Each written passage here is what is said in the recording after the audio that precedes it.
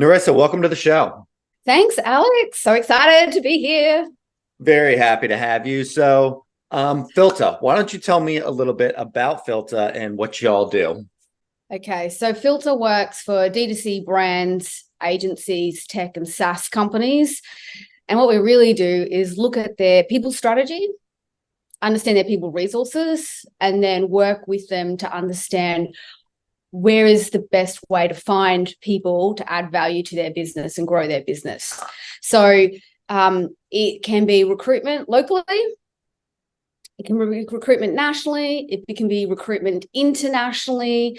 And then when people partner with us in countries like Philippines and Colombia, not only can we help them find the right people, we can employ them.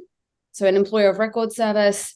We can do engagement, community engagement, client engagement, equipment, and facilities.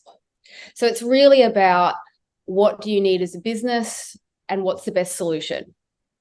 That's great. That's what we do. Yeah, no, I think that's really cool. I'm curious what some of the obstacles or problems are that companies run into when they're trying to outsource their workload that y'all can amend.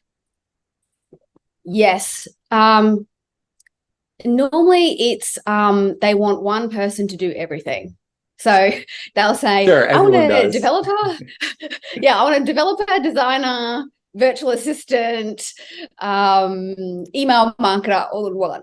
And so I talk about those, if you want to do things well, normally you want specialists, and you get all different levels of specialists. So I normally talk through what is the most pressing need right now and what do you need for it to be successful? What will give you most value to your business? So is it customer? So for a merchant, is it, hey, your customers are online and you're still doing like email contact forms. So you should really invest in customer support, invest in and have someone who's, doing live chat, calls, social media DMs. So you're providing that level. So I think it's more that side first of all. And then the second, which I think is super important, is they are a member of your team. So a lot of people go outsourced, I'm not thinking about it. They're just some person on the internet doing things. But if you want, if you want retention, if you want high quality, consistent work, everyone in the world wants to feel important. Everyone wants to matter. So if you can engage them and talk through your story, talk through your vision, your successes that week, your losses that week, they're meeting the rest of the team and they're part of those daily meetings, they feel like, great, I belong, I'm part of something important. And it really helps with them understanding your brand and what you want to achieve. So I think it's that. And then thirdly, the biggest thing is understanding different countries have different labor laws. So for instance, in Australia, which is, as everyone can tell, I'm an Aussie, we have 4 weeks annual leave. Oh, don't get too jealous, Alex. I'm foaming at the mouth. Yeah, right. So we have 4 weeks annual leave. There's maternity leave, paternity leave. There's 10 days sick year. Okay. And then we have American clients where it's more like, fire at will. Like a lot of the states, well, nearly all the states have, if you're not performing, see you later, Alex, don't come back. As an employee, some companies do not offer you health and medical or dental or 401. Whereas in the developing countries that we're working with, Colombia and Philippines, it's, they have maternity leave, paternity leave. They have 19 to 20 days public holidays a year. They get like 20 vacation days a year. And you have to, if someone's not performing, the expectation is that you are coaching, mentoring, putting them through a performance improvement plan, not Alex, don't turn up tomorrow. So it's more of an education piece to understand, I appreciate this is how your country operates in terms of employment wherever you are on earth. But when you're working with other countries, you need to respect and follow their employment laws and do the right thing. And as you can appreciate, it's very hard if that's not like what happens in your country. So I'd say those are the three key areas.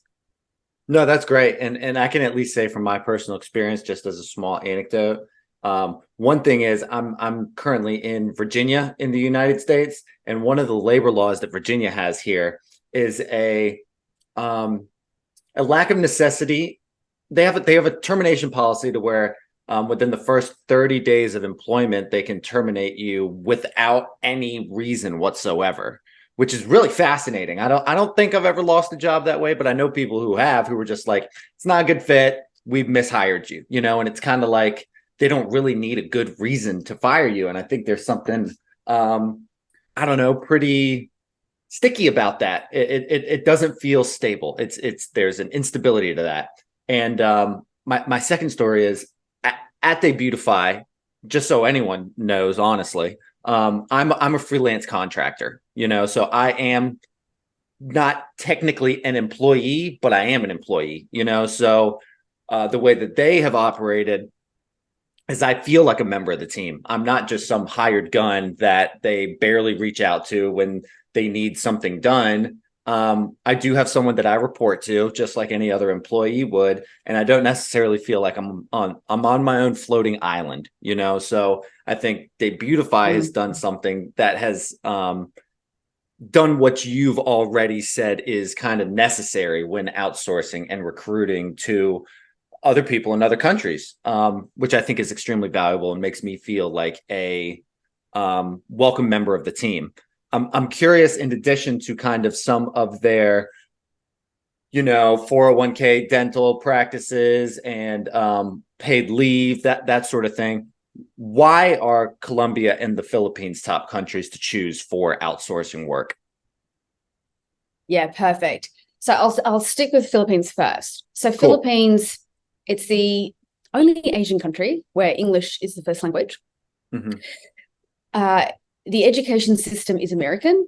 So the education and healthcare system, is very much American. And the talent, so the expertise. So the great thing about Philippines is, the Americans have come in about 20, 25 years ago into the Philippines. It was all the big corporates, multinationals, and really skilled because they've been working, with American brands, so they understand the American way of business. And then in terms of talent, in terms of digital tech, development, design, customer support, highly educated. And then they've just been able to work with businesses all around the world. And they have really strong skills. And obviously economies of scale, what you can hire in America. So in America, there's been 1 million developers or engineers who've been let go in the last 12 months. So there's a lot of amazing talent locally, in the States. But when you can find someone, say, in the Philippines who has 10 years experience and has been working with e-commerce, digital, and is a fourth of the price, but has a great attitude and wants to work for your company, it makes sense for a company to go, hey, can I invest in that? So I'd say technology, and I would say attitude, cost, and English, and a very American way of working is an advantage. Colombia is really new to us. We've been there 18 months, and it's been a fantastic journey. Really, how Colombia is fantastic for the American market and the Canadian market because it's same time zone. Extremely hardworking and very great critical thinking, straight shooters. So very straightforward. And then talent-wise, they're working with so they might be working with a lot of brands like in LATAM. So they're supporting countries internationally. They might not be supporting or working with countries, in America, Australia, New Zealand, UK, but they've got all this experience. And again, it's cost effective for an American or an international company to hire talent there with people who want to work, who are hungry. Like, I give you an example. I was just there in Bogota and I ran the very first official Shopify meetup. And we had people traveling over 2 hours to come to hear from Shopify agencies and merchants. Wow. Yeah, which shows you, and I mean, amazing people, like full stack developers, designers, people who are in this space who are hungry to learn from experts. You think, wow, like, would I travel 2 hours to go to a 1 hour event? Maybe, probably not, actually, Alex, to be fair. But that's what I'm talking about, is the commitment, the desire, that I want to get ahead. I want to learn from international experts. You cannot put a price on that. No, absolutely. So, and especially if they are, at the top of their field, I think there's something really, really special there. My team lead is in the Philippines, and a 12-hour time difference is very interesting to operate on. I'm a night owl. I usually go to bed at like 2 a.m. So I'll be sitting there maybe watching a movie at 9 o'clock at night. And then I start getting emails and contacted, and I'm like, oh, I'm like on the clock now at 9 o'clock at night. And it's very, very cool. Honestly, it's interesting. So my question to you, we'll be fine. Get back in the swing of things, is what roles do you outsource? What roles can Filta outsource to Colombia and the Philippines specifically? Okay, anything within development engineering. So any tech, any stack, any language. Creative. So typically, art directors, creative directors, designers, motion designers, digital marketing. So anything within that, paid social media managers, community managers, your traditional marketing and advertising. So media buyers, etc. And then bookkeepers, accountants, personal assistants, executive assistants, apologies. And then customer support. So particularly for D2C brands, so we have Gorgeous trained, so Gorgeous the software, trained customer support professionals, but you can be on any platform. And it's, live chat, social media, etc. So anything for an agency, for a digital marketing agency or a web development company, as well as for a D2C brand, depending on, again, where they're at in their journey, their business journey, whether they want customer support. They typically at that point are outsourcing or using an agency for web development or web migration or maintenance. And then they get to a certain stage where, it's more effective to do that in-house with someone like us. Okay. So yeah, anything within in a technical, creative space, in a commercial setting. Wonderful. I mean, that covers a lot of ground, honestly. So I'm interested in you. Again, you're the expert in this field, and there are some words and some language on your website that a common layman like myself might not understand, or for example, what's the difference? Good. Okay, tell me. Yeah. So what's the difference between outsourcing, offshoring, nearshoring? And I do know what a freelancer is because that's what I do professionally. So I'm curious what the difference between outsourcing, offshoring, nearshoring, and freelancers to our listeners who don't know, and how which is the best option to help build a business with. Yes. Okay. So excellent point. They're industry terms, but yeah, who knows what that means. So outsourcing is when you engage a company and you say, hey, I've got a project. You talk to someone and go, here's my budget. This is what I need done by this time. And there could be 10 people who are working on the project that you never meet. Mary, Joe, Jane, but all you're dealing with is the project manager to get the work done. So that's outsourcing. Nearshoring, offshoring is a country that is close to your country. So nearshoring talent. So for instance, America, nearshoring talent would be hiring people in, say, Costa Rica, Mexico, Chile, Colombia, Brazil. But if you are a company in America wanting to hire talent in the Philippines, that's called outsourcing because of the distance.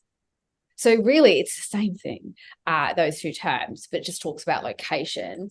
And then freelancers is, as you know, hiring people through your contacts, Upwork, or similar programs, and you're paying them normally on an hourly rate for a short-term contract, and that's it, work's done. And so was that clear?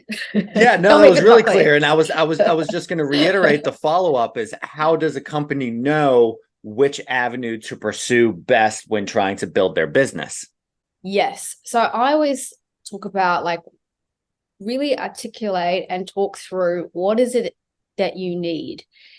Is it, look, I need something for 5 hours a week, or it's one-off?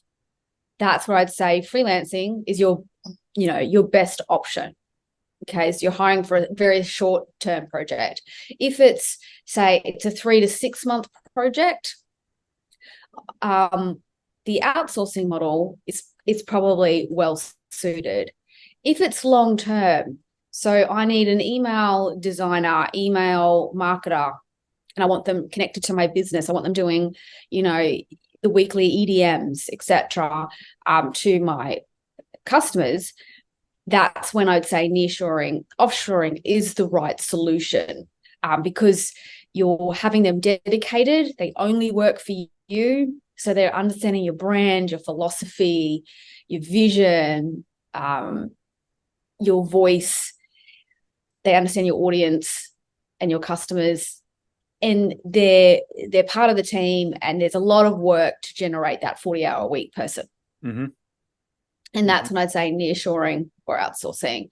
And then it's when people are considering, so we have a lot of companies that, want round the sun support. So they'll say, I want a team in Colombia and I want the same talent in the Philippines. So for an American company, the Colombians are working same time zone. So you're working, your day shift, you're 8 till 5, they're working same time as you. When you're playing movies, video games, hopefully sleeping at some stage, Alex, your Philippine team are going, they're on and they're producing work, etc., while you're sleeping. And for Aussies and New Zealanders, we're on the opposite side of the world. The Philippines work our day shift. So by 8 to 5, it's the Philippines morning. So they work like their normal day, and then our Colombian team start when I'm in bed, normally, like you, at 12:30, like midnight my time. So I think it's really about, what do you need? Do you need to talk to them all the time? And I think if you've never done it before, you should always work with teams in your time zone. Because you can train, you can engage, you can work out what's working, what's not working. And then once that's established, then work with countries in another time zone, because you've got your processes. You'll still have your check-ins and you'll still talk to them, of course. But things are working. It's not like you've got to work midnight to 9 a.m. to make sure that they're supported. So that's kind of how I normally say structure your business. I'm curious what a country would do. Let's say a client or a company hits you up and they're located pretty much anywhere between Ireland and India. If you go east, is their best, what would your solution be to a company who were to contact Filta and say, look, we're based out of London, we need to outsource somewhere. What could you do for them? Because that's kind of right smack in between the It is. Philippines and Colombia. So what would your solution for something like that be? Philippines is the normal answer Okay. for that. So and it really comes down to there's more time in that time zone to work with them. Okay. So Colombia and Philippines are pretty much on the exact opposite side. So you can kind of find some sort of overlap with any country, whether you're on, I guess, kind of the Eastern hemisphere or the Western between those two. That's very interesting. I think Exactly. that's well strategized. I'm interested more specifically in what the recruiting process looks like. So, do you have teams in place in those specific countries that are consistently looking for people, or what does that recruiting process look like? Yeah, it's a great question. And this is where most people fail because they don't know how to recruit, number one. So to give you some context and background, I have been in recruitment for over 20 years. So I've interviewed over 8,000 people. With that comes experience. So for instance, I'm not a designer. So if you asked me to design something, I'd be terrible. And that's when it comes to recruitment, most business owners or, the C-suite or anyone who's hiring typically doesn't do it all the time. Mm-hmm. So how we do recruitment, so there's a few things. It's not just about like interviewing people. We need to help the hiring manager uncover what is the problem how does someone solving that problem look like successfully? So make sure the problem involved metrics, deliverables.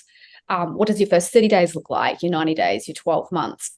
So talk about is a real deep dive into those areas before you start recruiting. So you must most people go, oh, I just need this. And then the person starts, but they just go, oh, Alex, he's a good guy. But you're like, yeah, but, and then one day it's like, Alex is not a good guy. Why? Oh, he's not doing his job. Does he know he's not doing his job? No. Okay, because you haven't actually communicated. So first is you really need to uncover that. And then with our strategy, yes, we build a lot of communities. So for us, we always want to find the best people in every discipline, not just technically, but that behavior skill, like great attitude. I want to work and I want to work for you. That critical thinking, initiative, proactivity. It's so important. So we build a lot of communities. So we run a lot of events for all, e-commerce professionals. Anyone can join online and in person across these countries to educate. We run a lot of, online communities in Reddit, in Facebook, in TikTok, in LinkedIn, again, to bring value to those people looking for work. So whether it's interview tips or getting people who are technical and getting them to do webinars. And then we have a database of people who, of course, we're tapping into. So it's really about where do the best talent live? And they're not on job boards. So we need to be connected to people all the time, understanding, Alex, if you're looking for a job, what motivates you? What are you looking for? Where do you see your career? And when I've got an opportunity talking to you. So it's more of a community headhunting approach. And then with companies, it's really partnering with them with interviews. So a lot of companies are like, 30-minute interview. That'll be fine. I'm like, man, you're like 18 hours away from a flight together. You need to invest time. You should be doing a behavioral interview, a cultural interview, a technical interview, do testing. You need to mitigate risk to make sure that you're doing everything you can to identify the right person that's going to solve your problem. And so on the employee side, that they feel they have enough information to go, hey, you guys are awesome. I want to work for you. So the recruitment process is robust. And then, of course, we're doing reference checks, medicals, and police checks, again, just to fully support people throughout that whole process. It sounds robust. It sounds very thorough, and I appreciate that. That's when I was reading about Filta and the company, what the first thing that kind of crossed my mind is the possible differences in cultures, and what a work week looks like in Colombia and Latin countries, where they take culturally, a nap in the middle of the day is just fundamentally different than in other countries. While I do that because I work from home, most 9-to-5ers in America don't get to leave at noon to take a 1 hour nap and a 1 hour lunch and then go back to work. So I'm interested in how those behavioral, I call them kind of like synergy checks, where you have to have, a recruiter who is communicating on behalf of a company, making sure that they are simpatico with the potential freelancer or employee to that effect. So how do you essentially find those connections and what could be extremely different cultural backgrounds? If I'm a Russian company, Russia and the Philippines are very different. So how do you kind of find that overlap? Yes. So it's really identifying values. What are your values and how do you like to work? So, but it's also respectful. So very similar in Australia. I don't think I've ever had an hour lunch break in my life when I was an employee. And even now as an owner, don't necessarily follow me, anyone, but it's very normal to grab a sandwich and just eat at my desk and keep going. So my lunch breaks are 5 minutes. And so is my co-founders, and that's how we work all the time. But when we're working with our Filipino and Colombian counterparts, and you are right, both countries very much value their 1 hour lunch break. So it's educating the companies that we're working with before they start, like saying, again, I appreciate that may not be normal for you, but this is law. So first of all, it's actually law. It's not that they just decide to, go and have a nap. It's law. And two, they feel refreshed. We need to respect that that's what they do, and then they come back on board. And it's just been really conscious of that. And it is challenging when you don't do that yourself.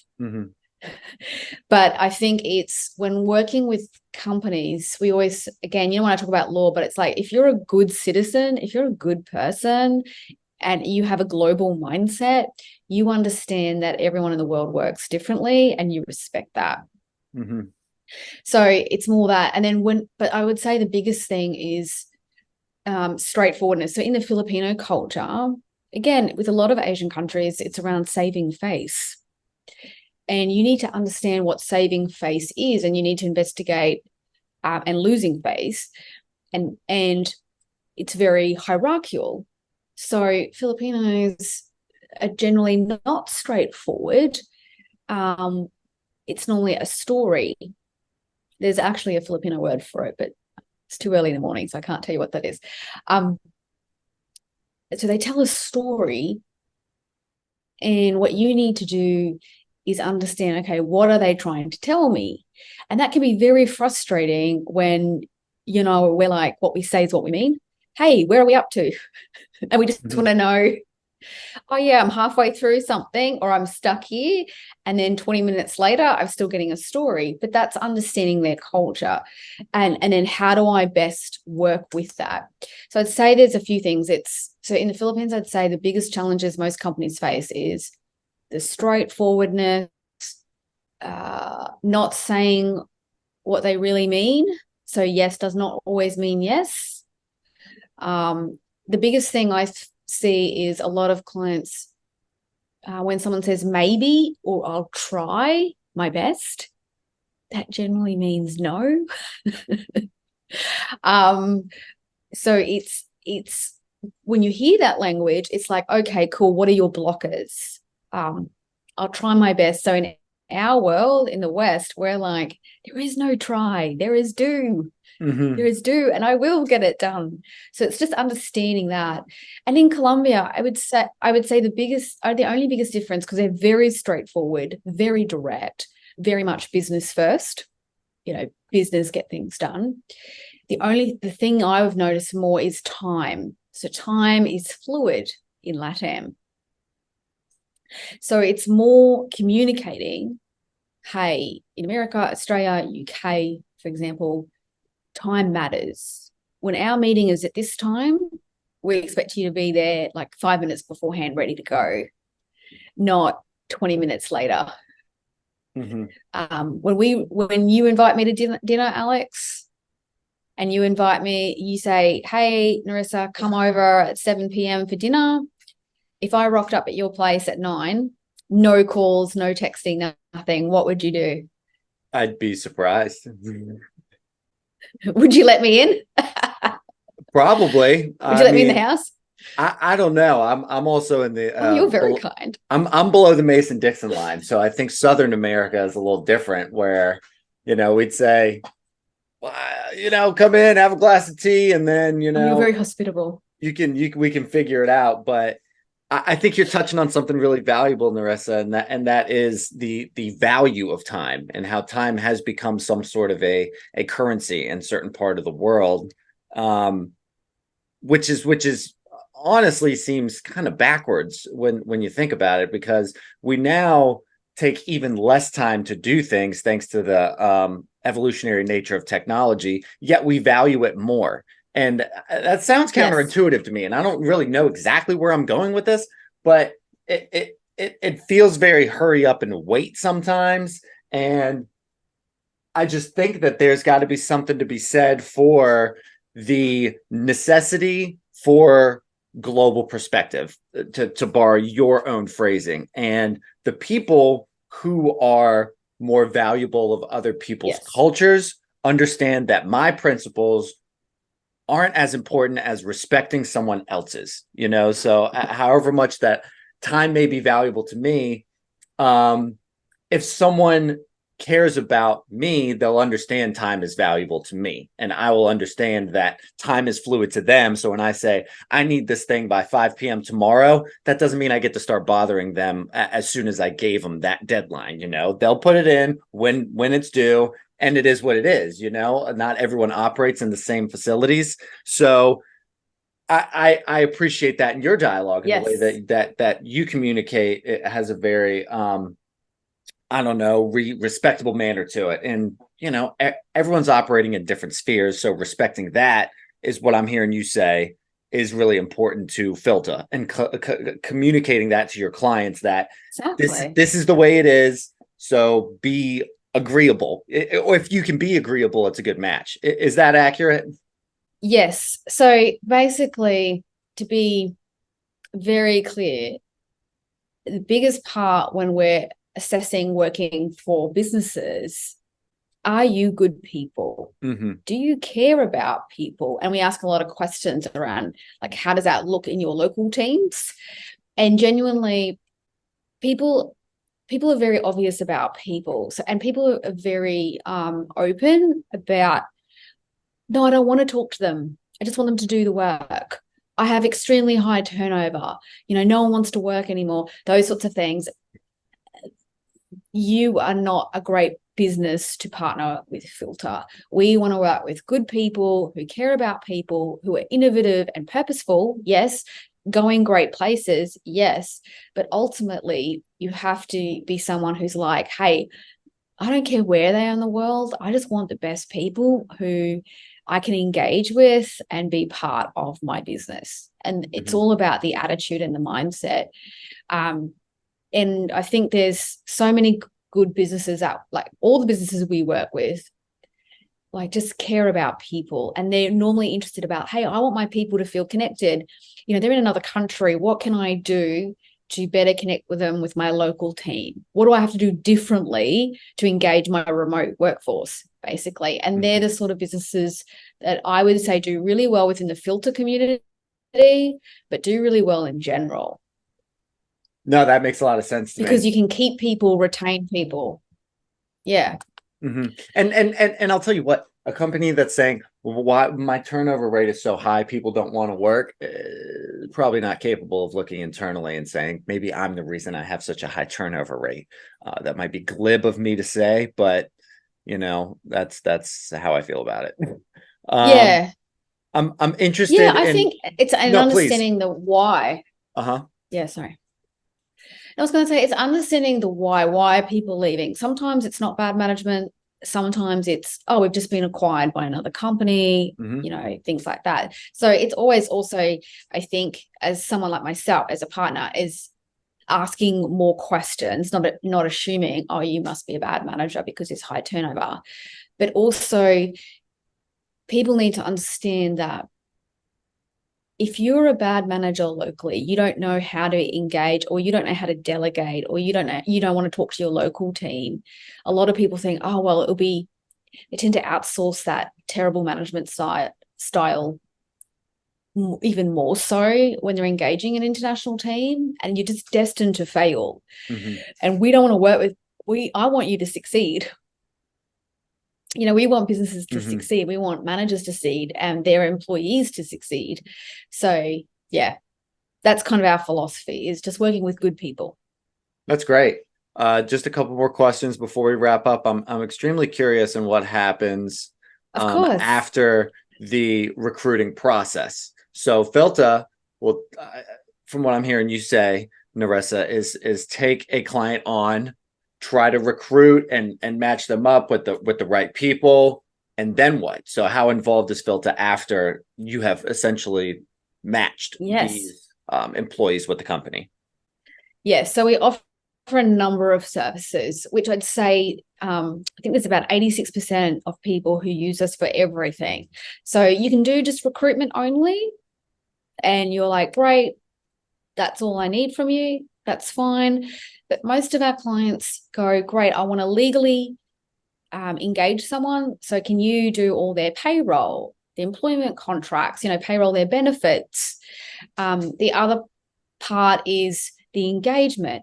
So, I want my team to go to all your social events. We have full-time wellness managers. They want them to have access to the wellness managers, and the wellness team run, events as well. They want access to professional certified training. They want the Christmas party, the birthday cakes. They really care about their employees. They're engaging, so they'll use us for that side. And then if you want equipment, hey, I want laptops, I want MacBooks sent to their house. I want a beautiful chair, works home setup, whatever you want. I want Macca's, McDonald's, sorry, Australians say Macca's, McDonald's, delivered to their home. We can do all the purchasing. And then lastly, it's at advisory. And offices. I want them to go to an office. Great. We have access to 50 offices in the Philippines and 13 in Colombia. So we can easily organize that for you. And then lastly is advisory. So, hey, I need help with performance management. I want you to sit in my reviews, salary benchmarking. We do a lot of training and coaching on how to work with your international teams, engage with them, and then drive consistent performance. So again, it's really about guiding, educating, empowering people through the journey. And you can do all of it. You can do whatever you feel is best for your business, and you can add on as you go along. So some people might do the recruitment and legal employment, and then they're like, you know what, I'm really struggling with engaging them. I want to feel connected. Let's do that. No, that covers a lot of ground. I mean, that sounds extremely hands-on. I think that's pretty powerful. It is hands-on. And we provide 24/6 support as well. 24/6, not 24/7. No, 24/6 at the moment. Because what we found is, which is really unusual in our industry, but what we've designed is, if you've got a question, most owners and managers want to deal with owners and managers. they just want the problem solved. So we set up a channel that anyone in any time zone. So if you're, watching your movies at 2 a.m. and something came to light, someone in the management team could respond, go, great, Alex, I can help you solve this. Let's jump on a call, or let's, it'll take me 10 minutes to work out, or that's a really deep problem, I'll come back to you in 48 hours, etc. So what clients want is comfort about, hey, I've got an issue and I need to talk to someone about it. I need someone to help me solve that issue. So again, it's that real partnership. We're part of your business. We're not just some random supplier. No, that's great. And I always appreciate that human interaction. I had to speak with a company, I think it was just yesterday, about getting some money out from their service. And they said, let me talk to a manager. I talked to a manager, and I essentially had my problem fixed in about 30 minutes. And I was just extremely pleased with that, because even in this day and age, that doesn't feel like the norm yet, and I know. In a world where we've been using automated services for what feels like probably, 15, 20 years now, we're finally getting to the point where our problems are being solved and expedited more quickly in like a 30-minute compared to I just remember every bit of maybe a month to a year ago, everything requiring an hour of my time minimum on the phone, or 48 hours after putting in my contact information into a blurb on a website. And I just don't think that's the best way to conduct business if people are using my products and my services. So congrats to you on that.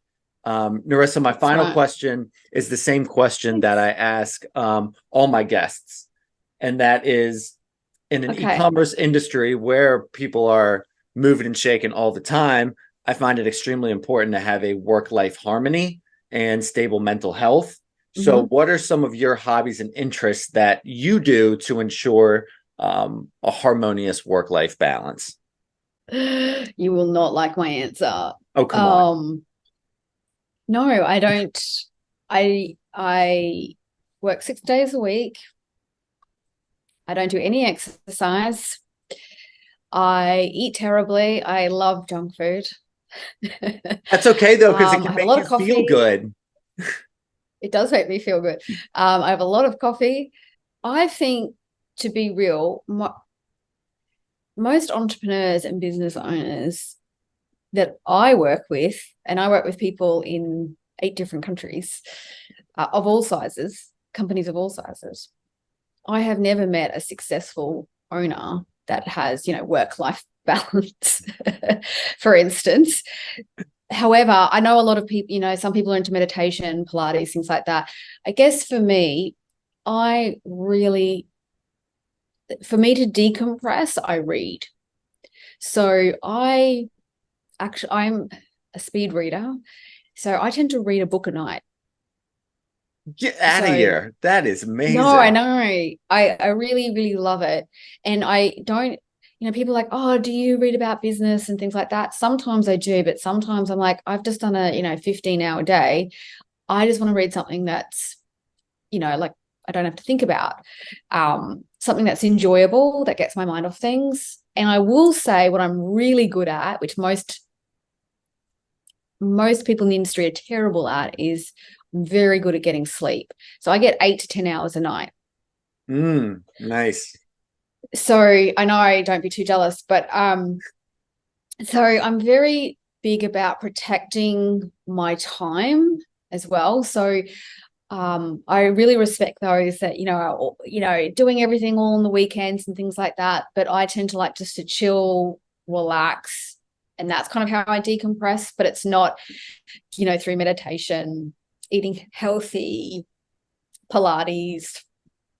It's nothing like that. It's more just, as I said, reading and being quiet. So I like to be quiet. And that's how I recharge, because I honestly, I really love what I do. And I really love, like, for me, Monday's exciting. So Monday is always an exciting day for me, where most people like Monday, everyone dreads, but I'm always like, who do I get to speak to this morning? You know, like I always get like pumped.